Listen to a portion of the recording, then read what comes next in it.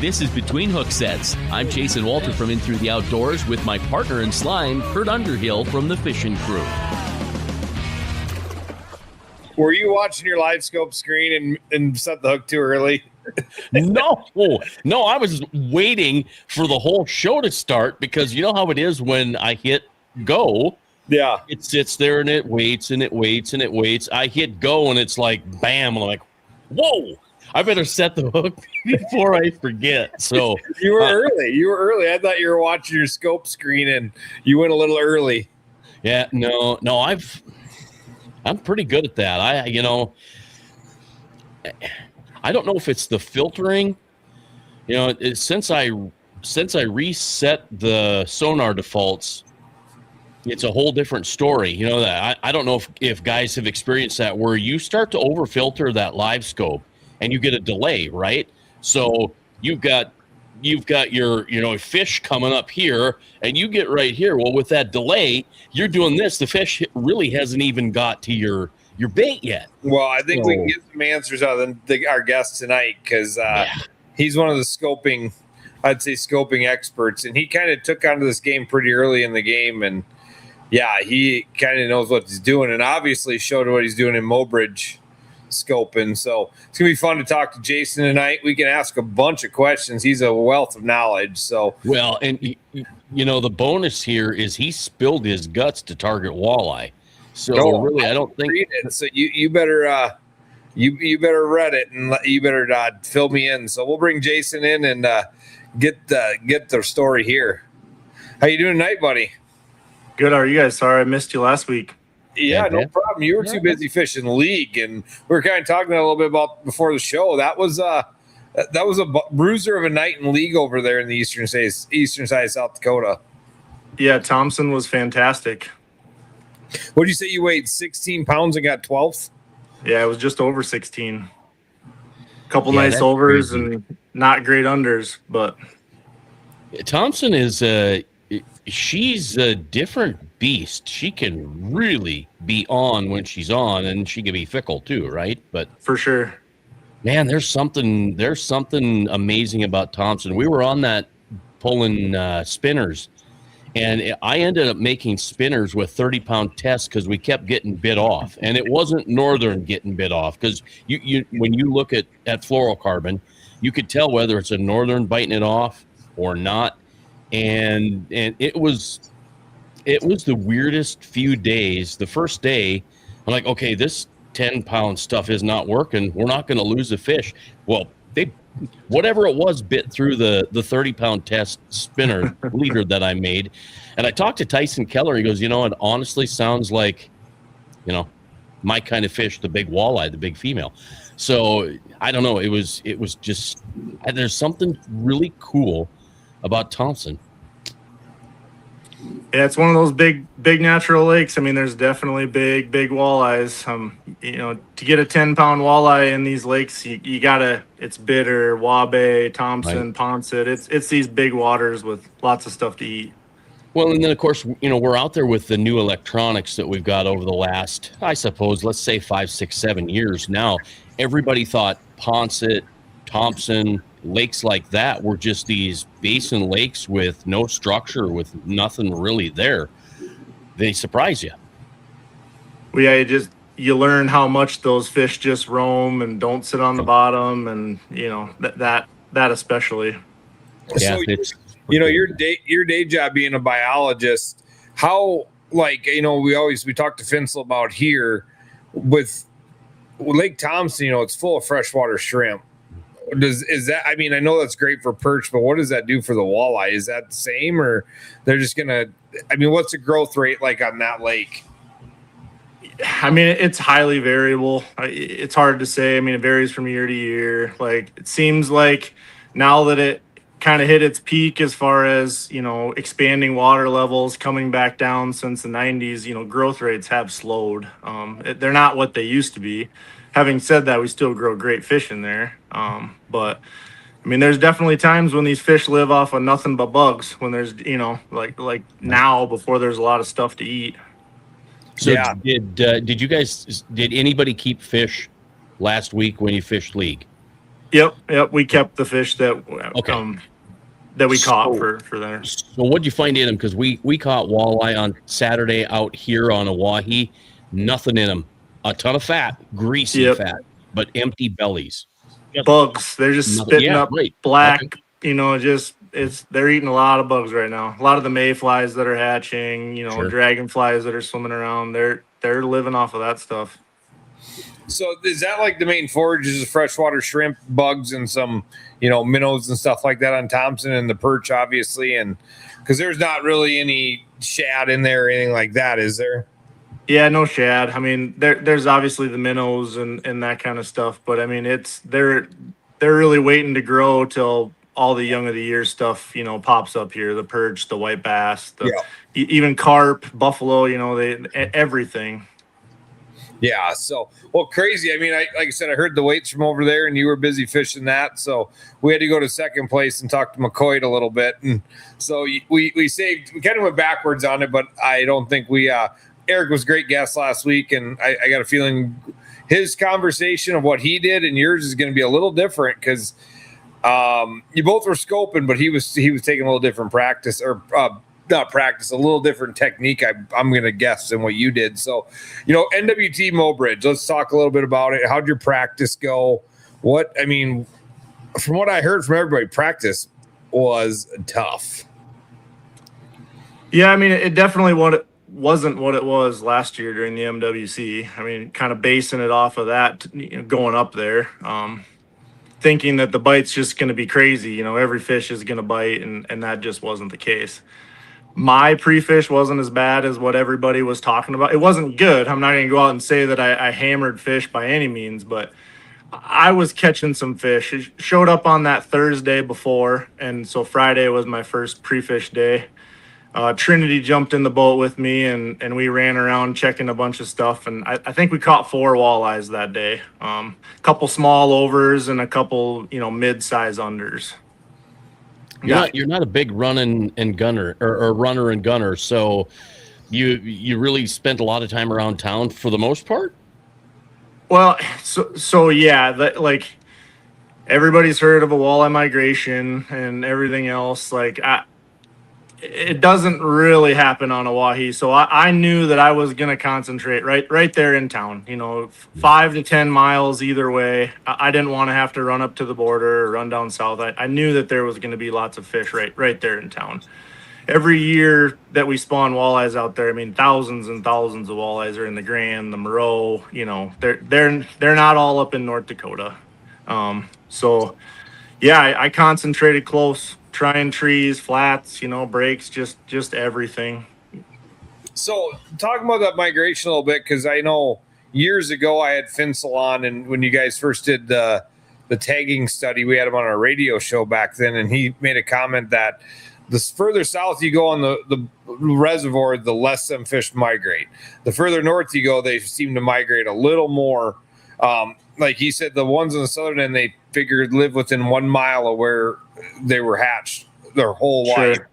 Is that something because they fish, like I said, I'm not seeing them like salmon make the big run all the way up to North Dakota and come back. I mean, they don't. I mean, but they're going to migrate a little into the Grand. They're probably, tell us what you think on that since you're out there spawning walleyes and stuff. I mean, I think that's what they'll, if you want to call it a spawning run or something, they're running up every one of these major tributaries. Probably East and West River. It probably doesn't really matter. There's walleyes in all of them. Do they set up at the mouth or run up into them? I don't know exactly. Maybe it's just that we catch the ones that are in the backs of those creeks where our nets can fish effectively. But I know that from doing it, we catch a ton and, giant walleyes every year. Before this recent state record was caught, we've caught multiple state records that we've weighed, during the spawn. Yeah. I love that you said that so people can hear that, right? Because that whole state record thing after Keith caught his, I just call Keith an 18-pounder for the sake of argument, because basically it was, right? Do you think there's another 18-pounder out there, or maybe a 19-pounder?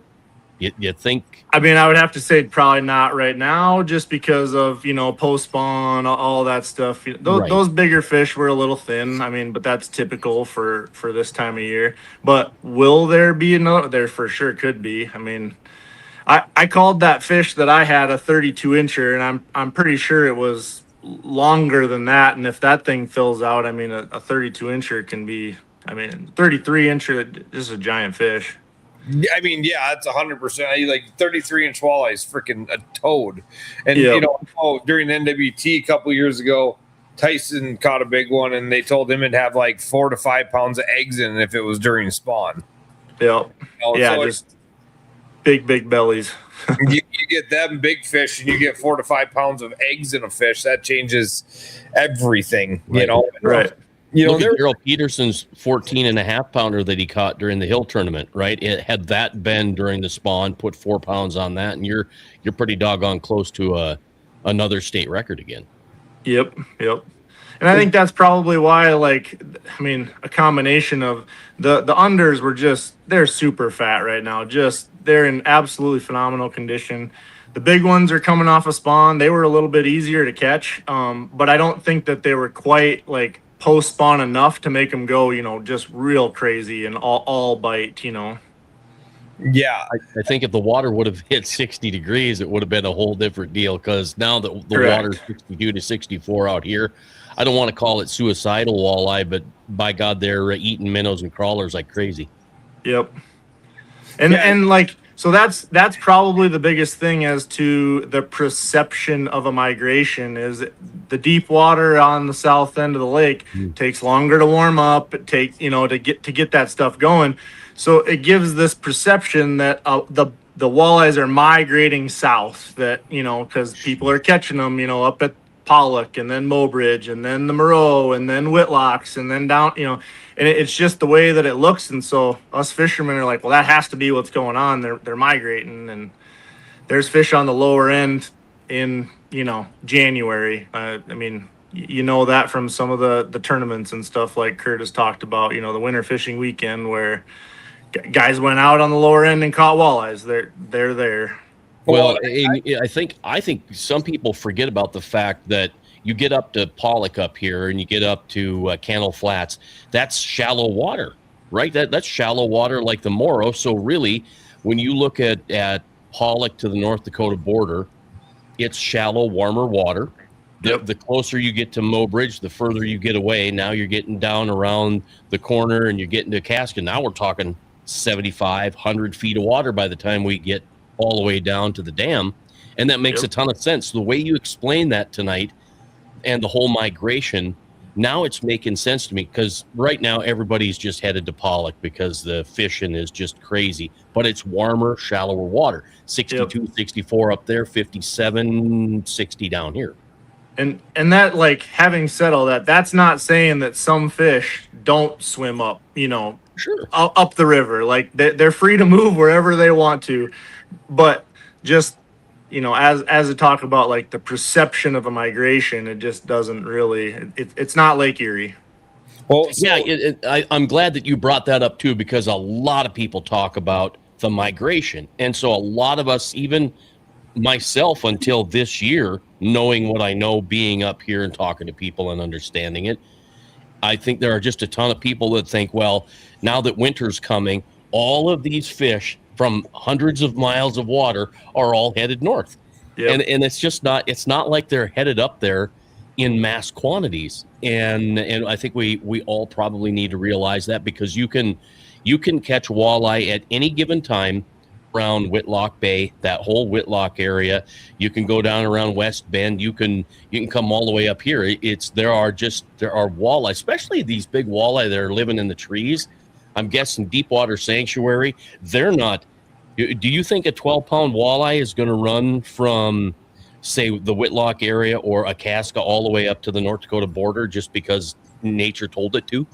I mean, it definitely could, but it probably doesn't have to. So many of them probably, a lot of them probably won't. So. Yeah. So, that was, you did Blake said, Jason's a man, more knowledge in that brain than I'll ever have in my life. So you're probably on your cell phone, so it's hard to read the comments that come in. We caught one in 2020. Me and my buddy Willie were out between Spring and Cow Creek, and he caught one with a tag, and the skin was starting to grow over it. We barely saw the tag. And he called it in. It was during COVID, and the biologist sent him a message like, dude, I got nothing going on. If you want to know more, call me.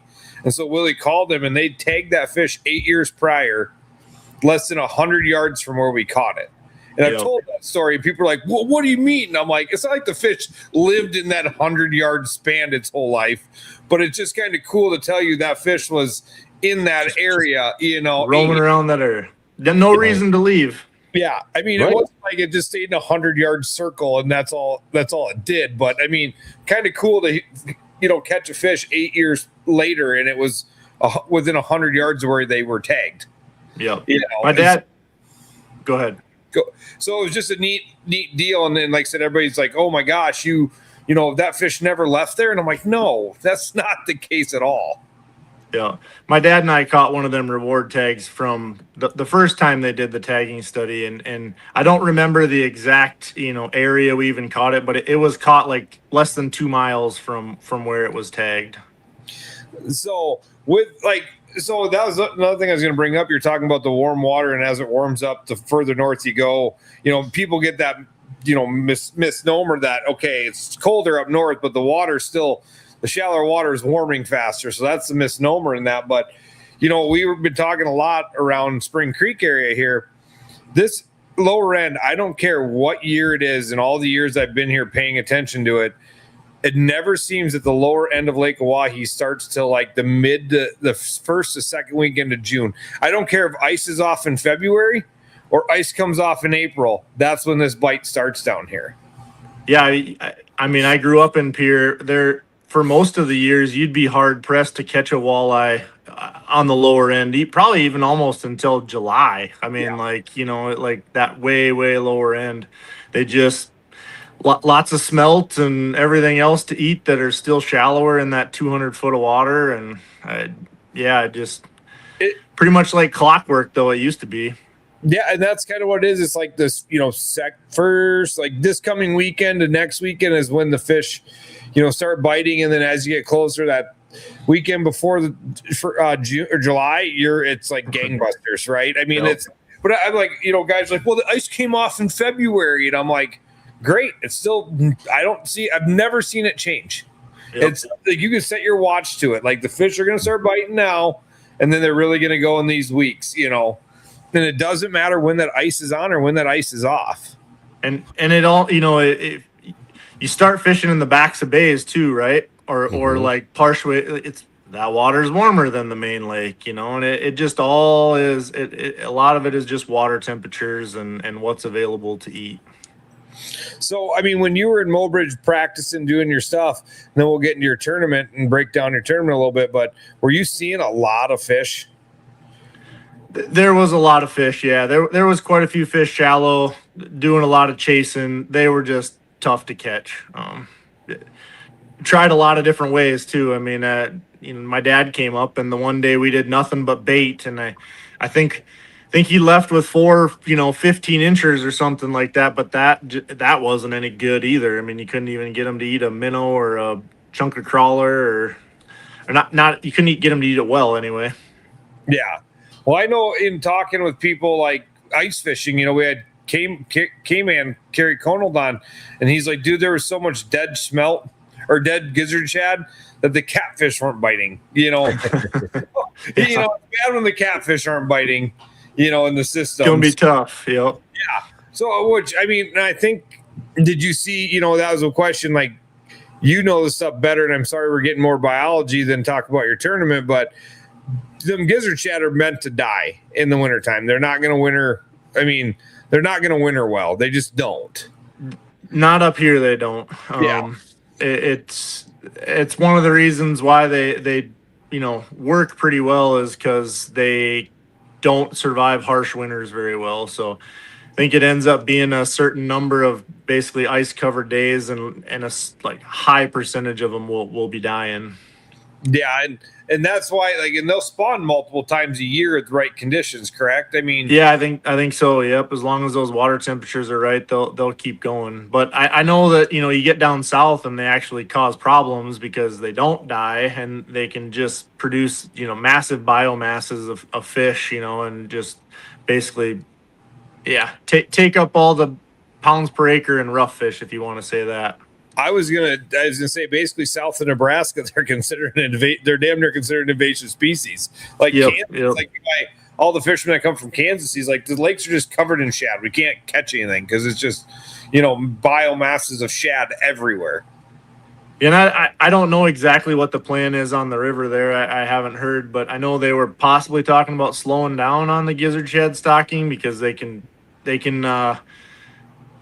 also cause the bite to just be tough because there's so much food out there. Then all of a sudden you're stocking those and it's making lots of small gizzard shad. Then it's tough to catch fish, and we want people to be able to catch fish. So your job, you got a double-edged sword there. You want people to catch fish, but you also want the fish healthy for them to be able to grow up to catch fish. So you got a double-edged sword you play in your job.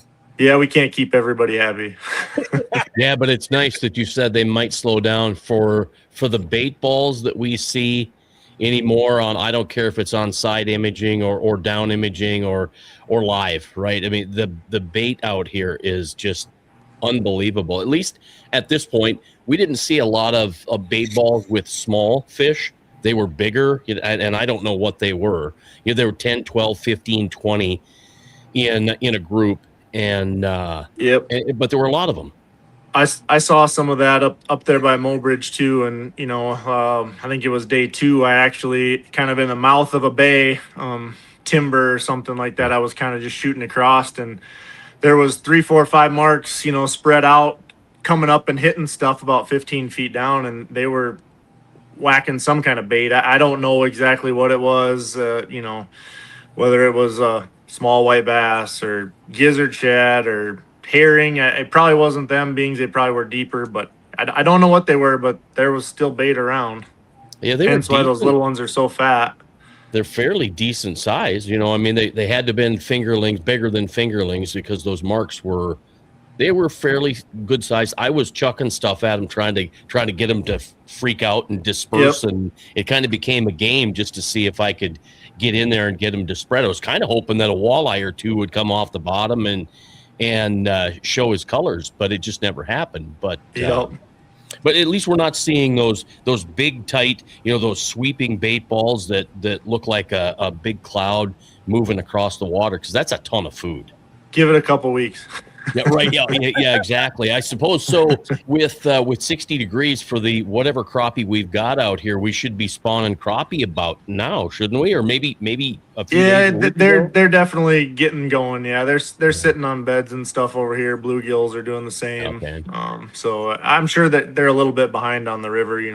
Bigger water, colder, all of that. But I know we got our bass tournament coming up this weekend, and they had the South Dakota Bass Nation last weekend. And I talked to a guy on Thursday, and he's like, "Yeah, I think the spawn's done. The spawn's done. They're off beds. The big bulls are guarding. That's what's going on." And I talked to him Sunday, and he goes, "Oh, more moved up.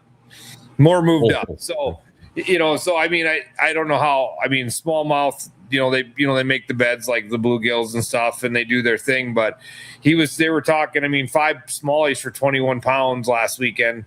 It's a good bag. I mean, that's a good bag of smallies. And yeah, so let's get into your NWT win. Let's, you're out there practicing, started Thursday, pulled some bait. Like, I don't remember what place you were sitting in after day 1, but like walk us through the tournament, what your game plan was, and how you conquered that tough bite.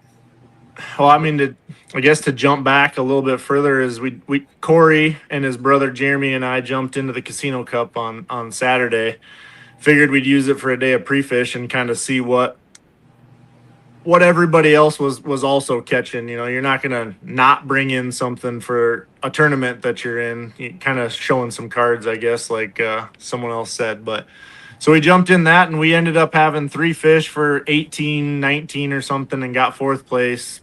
Paid for the entry fee and some gas money. But I guess it was at that point that we kind of knew that the bite's definitely not what it was the year before. It's off a little bit, and I mean, that's not necessarily a bad thing. Yeah. So, but I mean, was it MWC was a little later, wasn't it? It was like that first week in June. I think it was like right now. Yeah, I was gonna say it was a little later. So, I mean, Yep. yeah. So the bite, again, like the southern end of Lake Oahe starts, mid June. So, that's kind of the whole conversation. But so yeah, you guys jumped into that, and then you get in, so you kind of got to know what you're doing, but. The fish were moving a lot. They were moving a lot from when I went up there and practiced with the guy. Every fish we saw was moving. And talking to all the guys at the weigh-ins, they were moving fish. So quite a few of them were, yep. Was it a spot event, or was it find the fish with your scope and fish them? I mean, a little bit of everything. I wanted to fish more trees, like just trees. That was the plan. I definitely was pulling some fish off of them, but the ones I had confidence in was that blue blanket to Pero, through there. And I mean, as you know, the wind blew, and it just became next to impossible to fish there. So instead of beating myself up or nearly impossible trying to catch them, I went around the corner there and was just gonna look where I knew I could fish. Well, yeah. So really, the way the weather was, LeCompte to Timber to Deadman's was pretty logical, right? And the fact that there were quite a few boats there, I'm like, well, obviously they're marking fish because these boats wouldn't be sitting there wasting time on areas that aren't holding fish. Right. I mean, there was that, and that goes back to that first thing. There's fish everywhere. Maybe there wasn't as many fish in that area. I couldn't even tell you for sure. There's not as many trees in that area. I do know that. And so that kind of, I started fishing the first day. I ran right to some trees because we did have like an hour and a half in the morning where it was nice, before that wind picked up on Wednesday. I was one of the last boats out though, so I didn't get out until like almost 7:30 or something like that. So like I said, I had about an hour and a half to fish, and the first two fish I caught off the trees were roaming above the trees, but it was two unders, which I was, you're keeping no matter what. You can play with several of those. So yeah, so that you guys, you catch 8, you weigh 5, so you had 3 fish to play with. Yeah. So and the under thing was probably the game for a lot of guys. Like that was a tough either. And I heard going into it, a lot of guys either had an under program figured out or they had an over program figured out. There's very few guys that had both figured out. Right. And the guys that say we're cranking or something, catching the unders more consistently, some of the overs that they were catching, they were definitely getting, catching some of them bigger ones, them 28 to 30s, but they were catching the 20 and a half to 22s, also, and then having to make that decision whether you're going to go for points to your future to fish next year or, go to win this thing. And that's one thing I didn't have to worry about is it was never like on the front of my mind, I'm keeping a 22 incher that, kind of funny because I ended up keeping one, but. Well, I know it was a day one was a chin scratcher, right? So like, wait a minute, Bo's already been in, Max Wilson's already in. What's going on? I mean, it was a big time chin scratcher. And then the, I think 5.5 hour weigh in, man, it took a while to get through that first day. And I know when you went on stage, you weighed, I'd never met you before. And I don't know what my deal was. I took a picture of him. Like, this dude, he feels like to me like he's gonna win. I don't know what it was. I have no clue. I don't honestly. I'm a bad guesser. I'm not clairvoyant, but I kept, I didn't in my head say this guy's gonna win, but I kept looking at, and I'm like, I've got this feeling. And then day 2 came along, and Bo was leading. Bo's not leading anymore. Well, that Jason Stahl guy, he's going to win this thing. So it was interesting. Bo wasn't leading because Bo weighed in late, but right. Yeah, but yeah, I mean, it was like when I was standing in line and I was standing next to Bo's mom, and I knew it was a tough day, and he hopped out of the boat, and I'm like, oh, he's got it. Because I saw his bag from walking up from the boat, and I go, he's got it. there's no way I didn't think Bo didn't have a slot fish. I'm like, Bo's got it. Like, he's got it. One. And yeah, he didn't have a slot fish. And that's what it takes in these tournaments is you got to have everything, Yeah, I mean, a couple little peanuts and he wins, just the way it works out. But yeah, so you go through what you were doing out there. You said you tried to target trees, caught some day one target trees. Go through the breakdown of what you were doing and what you were looking for in that water. I mean, I was just looking for those roamers is what I'm calling them. They're just fish that are roaming around, open water. I was fishing trees that first couple hours, but the ones that I caught were still just swimming along the top or even, 10 feet above. They were coming up and hitting some of that high bait that was, 15, 20 feet down when they found it. But yeah, caught 2 unders right away. Wind started to blow. We came around the corner towards, LeCompte timber and stuff. And I went 3 hours plus with not another fish. At that point, decided to go make my pull, which had to come back down around the corner into that windy stretch a little bit. Made a pull and did catch one other under, lost another one, and then we snagged a carp that we thought we had a giant, but it is what it is. You gotta love that one, that big catfish, that big carp. I mean, man, a couple falls ago, and I snapped onto one. I'm like, oh yeah. And I'm like, that's catfish. No, it's walleye. It's catfish. And it never rolled till right when my buddies get the net. And at the same time, we said, oh, catfish. Because it rolled right at the end. I'm like, oh, this is that 12-pound walleye I've been waiting for. And no, it was big catfish. So they are deceiving sometimes. Oh, especially cranking, it's a little more obvious on a cat when you got a jig rod in your hand. You can feel them thumping, but I handed the rod off to the co-angler. I had a great co-angler, Jeff. He's out of Redfield, and I got power poles on here now, and we're cranking. So I'm gonna net the fish. I don't want any, like if something happens, I want to be responsible for the net job. But yeah, I thought we had a big one. Turns out it was a carp. Hey, we had the Vermont Electric tournament last weekend, and Nick, the owners out of funny, he decided to buy a shotgun and give it away to the biggest carp. And I'm like, what happens when they don't catch a carp? And I weighed a 19-pound carp, a 20-pound carp, and a 21-pound carp. And I'm like, nice. I go check them for holes? Like, did they go bowfish them things? Like, what the hell? Yeah. But yeah, so you did a little polling in there. I figured you just scoped the whole time. So you actually put some crankbaits in the water. Yeah, it was never the plan. Tanner Thompson was in the house with us, and he found a pretty nice little cranking pass that could be counted on for a couple fish.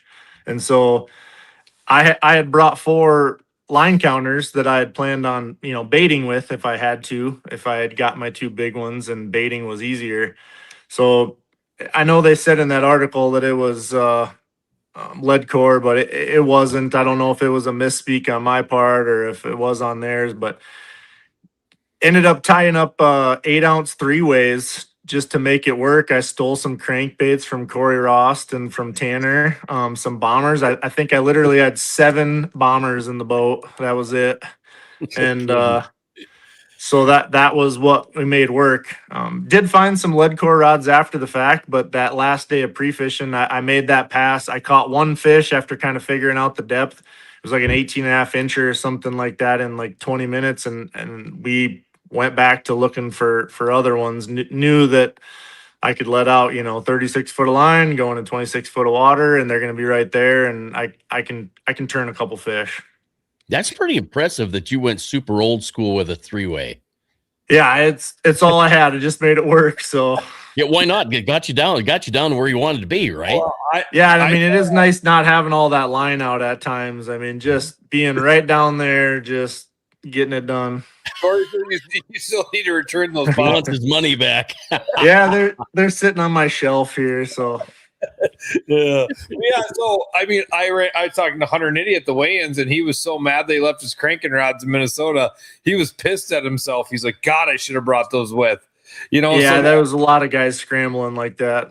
I know, I heard stories of guys going and getting boats because they were, wanting or gonna crank. So, but after I got that under, I told my co-angler, I was like, our only shot now is to go for some big ones. So which we had a long day and we weren't doing until 4:40.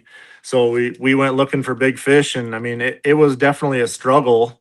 We went for another 3 hours or so. I don't know the exact time. It probably was like about 3:30 when I was going along the edge of a channel and I saw a tree that had a couple fish sitting under a limb, and cast it underneath there, and one of them hit it. And like I said about keeping a small over, it was 3:30 and we had to keep it. I mean, it was a 21, 22 incher. Again, didn't measure it. It was a small over, and it helped us a lot, obviously. But it was right after that I saw that big fish swimming in the just out in the open and started chasing it. And I'd love to hear my co-angler's side of how long that took, because I've been telling people it was 15 minutes and casted 50 times, and I don't know whether I'm exaggerating or undershooting how long it took to finally get a bait in front of that in the wind. But as soon as I did, I mean it crushed it. And yeah, that was that 32 plus incher. So that was like Eric was saying last week. He was playing the wind. He'd cast short and let it drift into the thing. Yeah, so like I had my bow pointed into the wind, like everybody who does it likes to have it, just as far as for control and everything else. But that fish was slowly, swimming upriver. So you kind of have to keep your bow in the wind while you're drifting backwards, and while he, is moving. And it took me forever, like to get one in front of his face, being 25, 30 feet down. And it's part of the reason why I was using, what I was, just a 3/4 ounce tungsten from Widowmaker, and just a Z-Man jerk shad. I love them things everywhere. So, I mean, that goes into a very good thing. Like, everybody talks about how scoping is, so bad and this and that, but boat control is critical doing this game. Yeah, but, huge. I mean, it's probably more critical than this. Reading the graph, having the graph is one thing, but to get that fish to bite, it's 9 times out of 10 it's the boat control to get you onto that fish. Yeah, and there's definitely times when if you want to call it scoping, but you can see a fish out there, pitch at it, and all you have to do is get it close, and that fish just comes screaming, and it's on. And that's not always the case. I'd say it's more often it's not the case, where you need to put your bait right in front of their face and present it right, and to get that bite.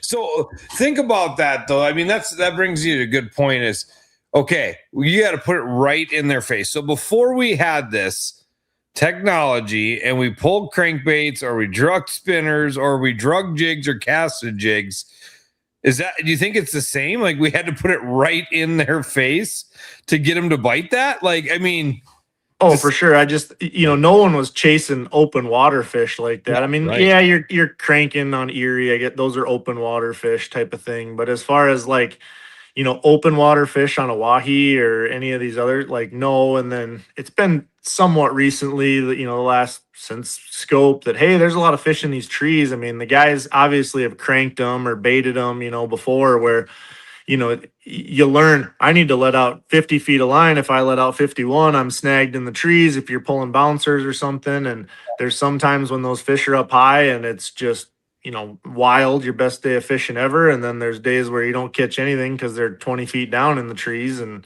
obviously live scope lets us see that, and you can still catch them when they're down in the trees too. Just now that they're there. We can follow them. Right. I mean, we can go to where they're going, and instead of constantly pulling across whatever point it is we're pulling in, and there's no fish, hardly any fish there, or no fish there at all. Right. And that's definitely one thing that I saw, is there was a lot of fish on that ledge that people were fishing. That's where I was cranking. I couldn't get bites out of them by pitching. You'd get follows. Didn't matter what it was, whether jigging a minnow old school, or, the plastics or jig wraps or whatever. But a crank could get enough of them to fire to where, like I said, you could be counted on. But you can't catch them all. And that 100%. I mean, everybody thinks it's just you have it on your boat, you're going to catch them, but that's a huge thing. Is you get the crank in front of them, but you couldn't get them to bite. Now you got yours to bite in the trees.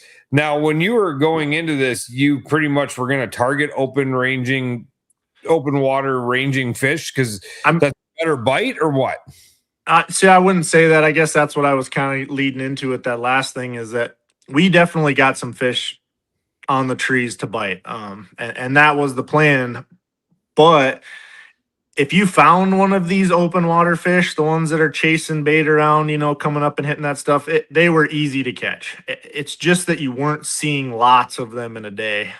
So that was, I guess, a risk reward of, searching for some of those open water fish that are roaming, more than likely looking for something to eat, not just sitting there on a point or on a flat or in the trees already, if you want to call it resting, or just hanging out waiting for something. But they were definitely easier to catch. So, everybody says, like, and this is going back scope, and then we'll finish your day one and then get into day two a little bit, because you're only at 4 fish right now to weigh in for day one. But, I always hate the statement, in the bass world, they're like, they want to get rid of live scope because these guys are catching fish they've never caught before. And I'm like, no, they're just catching fish in spots they've never caught fish before because they didn't know they're there. That fish still goes up to the bank to spawn. That fish still goes out here and does this zip. I hate that statement. And that fish goes places. It's not just open range, Yeah, I mean, obviously it made it easier. I mean, if you're not, using live scope anymore, I mean, I'm not going to say you don't have a chance. You still do. I mean, like I said, I caught fish cranking, but it wasn't, I didn't catch any of my big ones cranking. So you got to be using it anymore. I mean, everybody knows that. Yeah. It's hard not to use it anymore. You just, when you're out. Last weekend we went, I, for the most part, was fishing blind, and it was horrible. I mean, I was out fishing, right? I was having fun, but it was just absolutely horrible because I didn't know. I go and kind of take a peek. Yeah, it's and honestly, if you don't know how to use live scope and you have it, it can help you not catch fish all day long, all season long, right? For sure. It's just amazing how it can either do very good for you, or it can wreck a day. Yeah, you spend too much time, looking at it, and especially in the beginning, if you want to call it that, when you first get it, where like thinking that every fish is a walleye, and then you kind of realize that actually very few of them are walleyes, and you got to look for a certain type of fish on the live scope in order to even have a chance. You spend hours fishing the wrong fish. I've been there. Been there. So, but no, that was that big one that I caught that last day. That was my 5th fish. So I caught 2 out in the trees. I caught 1 cranking, and then found 1, small over sitting in the trees, and then caught that big one. And it was at that point that we headed in. I knew that I didn't want a dead fish penalty. That could have been costly. And so we headed in. Turns out it probably wouldn't have mattered because we could have stayed for some unders. I think I was the 3rd to last one off, like you said. I don't think I weighed in. I was doing it 4:40. I don't think I weighed in until 6:15 or something by the time I got the boat off. It was so excruciatingly late. Yeah. Oh my God! I stood at that water tank and took pictures, and I didn't sit down. I hardly moved. I thought I was gonna die. It was crazy. Yeah. By the time I, got gas, dropped the co-angler off because we met at the church, got back to, we were staying at New Everett's there, and, retied a couple lines. It was time to go to bed. So they asked, how are you feeling after day one? I was jacked. I was in 7th, but I by the time I got back in it, I didn't even have time to think about it. Time to go to bed. 7th after day one, you're going out for day 2. Obviously, you were out early, had to be back earlier. So Go get into day 2. Day 2, got to fish with Steve Alverson, a local guy in our local league. That was really cool that drew him for a co-angler. Honestly, that was a lucky big deal, right? Yeah, it was awesome. Like no, not everybody knows about our league, but that guy kicked everybody's butt in this league that we have here for years and years. I mean, he's a hell of a fisherman, and have learned a lot from him, even though just through seeing where he's fishing, what he's doing, that kind of thing through the years. And so that was cool to have him in the boat. He asked me what the plan was that morning, and I still said at that point I wasn't sure what the plan was. I said we were going to drive south until we got too wavy and start fishing. So that's pretty much what we did. So day 2, you get out there. Yeah, you got a partner that I mean, I don't know, did you ever fish together before, or was like No. but you're like, okay, I got LV in the boat. I'm pretty good to go here. Yeah, and I mean that is one, bad thing about, if you want to call it, the pro and co fishing right now, is like when I'm in the front fishing, it is really hard to have a co in the back, even though I had a shuttle for them, they had a live scope and stuff like that, but it's nearly impossible to try to keep on your own fish, or to even find your own fish to cast at when that person's up there, whipping around trying to find what I want to find, as far as, the right fish. So he was able to catch one on live scope, a small one that we threw back, but started the morning and started scoping. I think I made it to almost LeComp before it got too wavy. Didn't want to go around the corner, and started coming back to the north or upstream. And I don't know exactly how long it took, but I was in the mouth of timber when I saw those fish up chasing bait, 15, 20 feet down, knew they were walleyes, and started pitching at them. They were all spread out 25 feet apart or so, and caught one. It was like a 19 and a quarter, 19 and a half. Caught another one. It was a 19 and 3/4, and caught another one, all this in like 5 minutes. And it was about a 20 and an eighth, which no brainer to throw back right away in the morning. But after that, it wasn't good. We made it all the way up to Dead Man with no other bites. It must have been, somewhere around 11:30, 12 o'clock when I said, let's go make that troll and pass that I got, get our 5 in the boat, or if we could get at least 3 in the boat. So we went around the corner and made the troll and pass, and first fish was a 19.9. I mean, one of those just absolute perfect slot fish. Shortly after that, we caught a 17. Shortly after that, we caught a 16. So we had 5 fish in the boat. And about that time, we were up around the corner again, kind of at the mouth of LeComp, and put the troll and stuff away. Said we need to go for 2 big ones, and we didn't hardly get the stuff put away. And I saw a fish that was roaming out in the open, and it hit the shoreline, and it just sat on the bottom, and pitched at it a couple times. He said 6 to 8 times before I finally landed one close enough where it ripped up off the bottom and hit it. And that was a 28 incher, a no brainer to keep.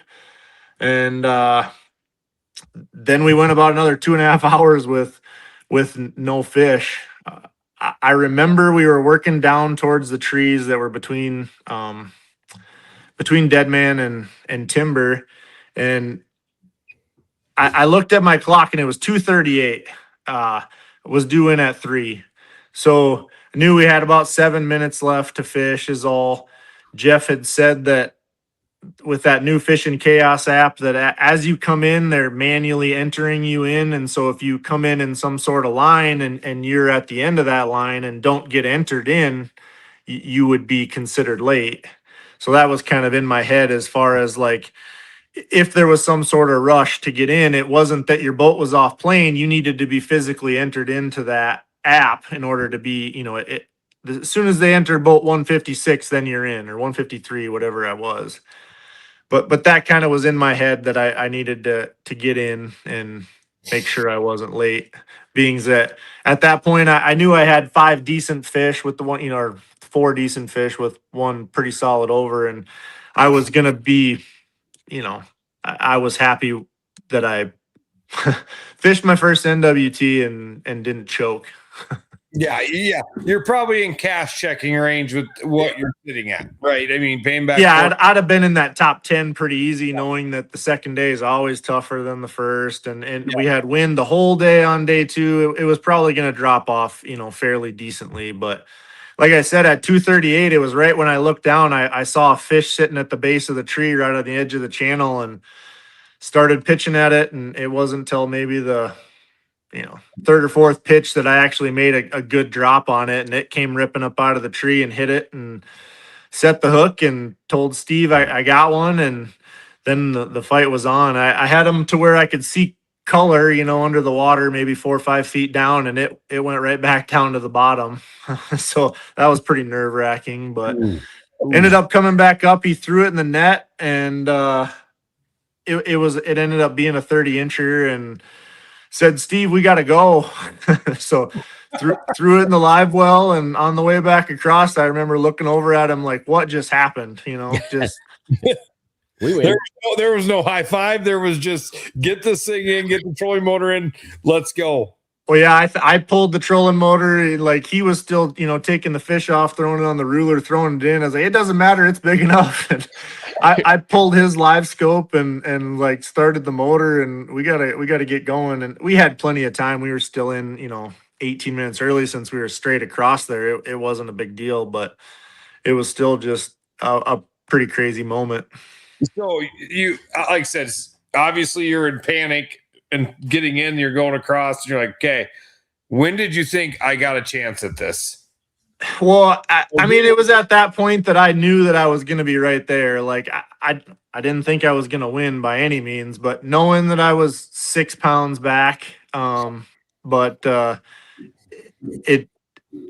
knew that was a better bag than the day before, and that, like I said, you're going to move up a couple spots and you're going to be close. Like I didn't think I was going to win, but a second or third was a real possibility at that point, And then opposite of the day before, like, I get in, I'm one of the first boats in. I had to have been maybe the third or fourth person across the stage, and, jumped right into the lead, and then the nerves really set in. Then everybody wait. You just sit there and it's like the paint's drying on the wall as the way. Yeah. Well, I know I said something in that other article, but Robert, got me coming off stage, and he's like, "Hey, can we do an interview?" And I need to grab a water. My throat's dry. I just went and hid. Yeah, I chased you too. Matter of fact, let me pop this. I think this picture is where you realize the trophy is heavy, but the handles aren't good. Yeah, I broke the side right off of it. Yeah, right. They've got 2 tiny little Brads holding this 20, 25-pound trophy, and like it's amazing that it held together. This is a great shot too. I love this. Do you look at those kind of pictures and go, yeah, that's me. I won that thing, and it's kind of a dream, right? Oh, I mean, it's a dream come true for sure. I mean, there's no other way to describe it. I mean, getting into fishing these things, I mean, I'm not gonna lie, I was kind of a chicken to jump in and do my first one. I mean, I didn't get in thinking that I was gonna, say be a donator or something like that. I've had some pretty solid finishes around the state in the past, but I mean, it's still in the back of your head that you're getting in this, big tournament, and you're gonna fail. Well, you had fans out there that knew you were good enough to win that thing, because I heard quite a bit of whooping and hollering when Jeff said, you're the champion. So yeah, it's a bunch of those league guys that hung around to see. That's pretty cool. Well, and I was sitting in the crowd, and people are like, "Who is this guy? Who is it?" I'm like, "Oh, he's good. Don't worry about it." There's a lot of, "Who's this Jason Stahl guy?" And I'm like, "No, yeah, you just keep it that way. Don't know his name, but he's gonna sneak up on you." So that's even doing this it's not easy for me. I like kind of hiding out and not being in the center of attention. So we appreciate you jumping on, but we do. I'm pretty sure I passed you. You filled up in Selby on the way home. I was pulling Thompson's boat, and I'm like, "Oh, there goes the champ." You were just kind of like in a daze driving home. Oh yeah, for sure. one got pulled off back, to go do an interview, which I'm terrible at. Just so go do that, and then Jeff's like, "Hey, you got to go do the polygraph," and it's like, okay, let's go do that. And so by the time I got done, I mean, most people had cleared out, besides a few of the league guys that stuck around, and some of the guys in the house. And turned on my phone, I had 71 messages or something like that from people just on regular text. And yeah, pretty surreal. But those guys kind of wanted to stay and party. I said, I'm going home. I went to work the next day. I was back at work on Friday. So when did it set in that you did it? Like, there's always a talk of guys after they win a big tournament and they're like, it was in the moment, but then it was like a day or two later that I went, holy shit, I just did that. I mean, it probably still hasn't really set in that, like that. Like I said, it's literally a dream come true. You just wouldn't expect that at that high level that you'd be able to do it. But obviously you work at it, and it is possible. So.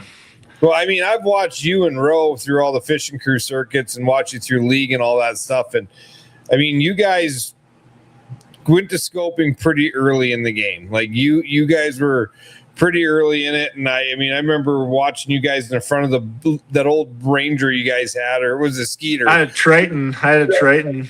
Yeah. And you guys had some rigged up stuff up front to make it work. And I'm like, that's just right there. You guys wanted it, right? You wanted for it. Sure. You were going to, whatever, like you weren't going to take, no, we're just going to stick to trolling or doing what we're doing. And you guys adapted and overcome, and I'm like, I didn't even know you bought the boat you had. And I'm like, oh, Stahl's going to get an upgrade from the Triton. Like, Ranger. Yeah, no, this is actually my second one. I had bought a holdover 2 years ago in 04. Yeah. And so then, I bought Max Wilson's certificate from the NTC last year is what this one was. He told me in the crowd, I go, well, Stahl's got a new, and he's like, no, he bought Max's certificate last year. So Yep. I mean, congratulations, man. I mean, what a well-deserved. I've watched you for a long time, and very well-deserved for you to go out and win that thing. And I didn't have any doubt in my mind when you came in day two, and I'm like, if Bo can't do it, this is a winner right here. I appreciate it. It's very, very surreal. Yeah. Well, you guys from Lake area, that league, you guys show up and win stuff, and that's kind of you really represent that group well. Yeah, it's not a beer drinking league for sure. No, it's a for real deal, isn't it? Yeah, there's multiple, MWC winners in it. Austin Ellingson up at Bitter, Corey won, Corey and Ryan won. Chamberlain a couple of years ago, guys that have fished professionally. Even it's there's a lot of really good fishermen that fish that, and it's a good group of guys. It makes you better. Yeah, for sure. League, you're out there in a beer league. You're not as competitive as when you got good sticks you're fishing around. Yeah, no, it definitely pushes you to get better. And yeah, I got my butt kicked in that league for 10 years before anything, started to happen. So you can look back at all the results. Like it is possible to learn and get better for sure. Well, you think about the competition in that league. I mean, you put the three Full brothers in there too, and now you've even got more, right? Yep. No, there's a ton of them that any of these tournaments that that they know enough to be really dangerous. Yeah, it's pretty crazy. And I like to call Brock the Notham the third Full brother, just because it's easier to call them the Full triplets. Yeah, those guys killed it out at the championship last year. I mean, that 5 fish limit, that was a giant bag. Like, that was 58 pounds, was it? 56, yeah, 58? Yeah. In South Dakota, as good as you can expect. I mean, you just you just can't get, 2 10-pounders and 3 19-inchers, multiple days. It's just as good as it gets. Yeah. Well, we're getting to that hour mark, and we had a question last week, and we decided we're going to ask it every week now. So if you could fish with 3 people, just who would they be? If maybe they're not here, they're here. If you had one more trip to take, who would your last the three people you'd fish with? Oh, I'd probably keep it in the family. My brother, my dad, and my grandpa probably. You know, he's kind of the one that started me, you know, fishing, taking me fishing in his old boat. We used to drift whichever way the wind blew and pulled spinners, you know, like, but I mean, obviously lit something. Think about that. Like when I was telling the story last week when we were out, or 2 weeks ago, I was out with my buddy up in a casket pulling crankbaits. The way we used, like when we were kids, right? You'd drift. You'd travel into your rigs and you'd drift. But I remember pulling crankbaits on Lake Thompson one time, and we didn't have line counters. And I started like pulling the rod back and forth, and my old man just started chewing my ass. What are you doing? You're not going to get a fish to bite. And I set it back in the rod holder, and boom, a fish hit it.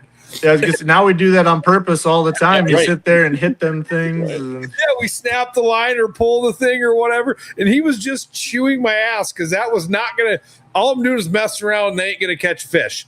You know, and I'm just like – now we do it, right? Like I just look back at stuff like that like, oh, we just went and drifted a flat. You know, it's all we ever did. And now we're doing, you know, now – I mean, halftime, I don't know, last time I tied up a Lindy rig. You know what I mean? Like, I haven't used them. Yeah. But yeah, West Bend on the flats, drifting whichever way the wind blew. That was it. Yep.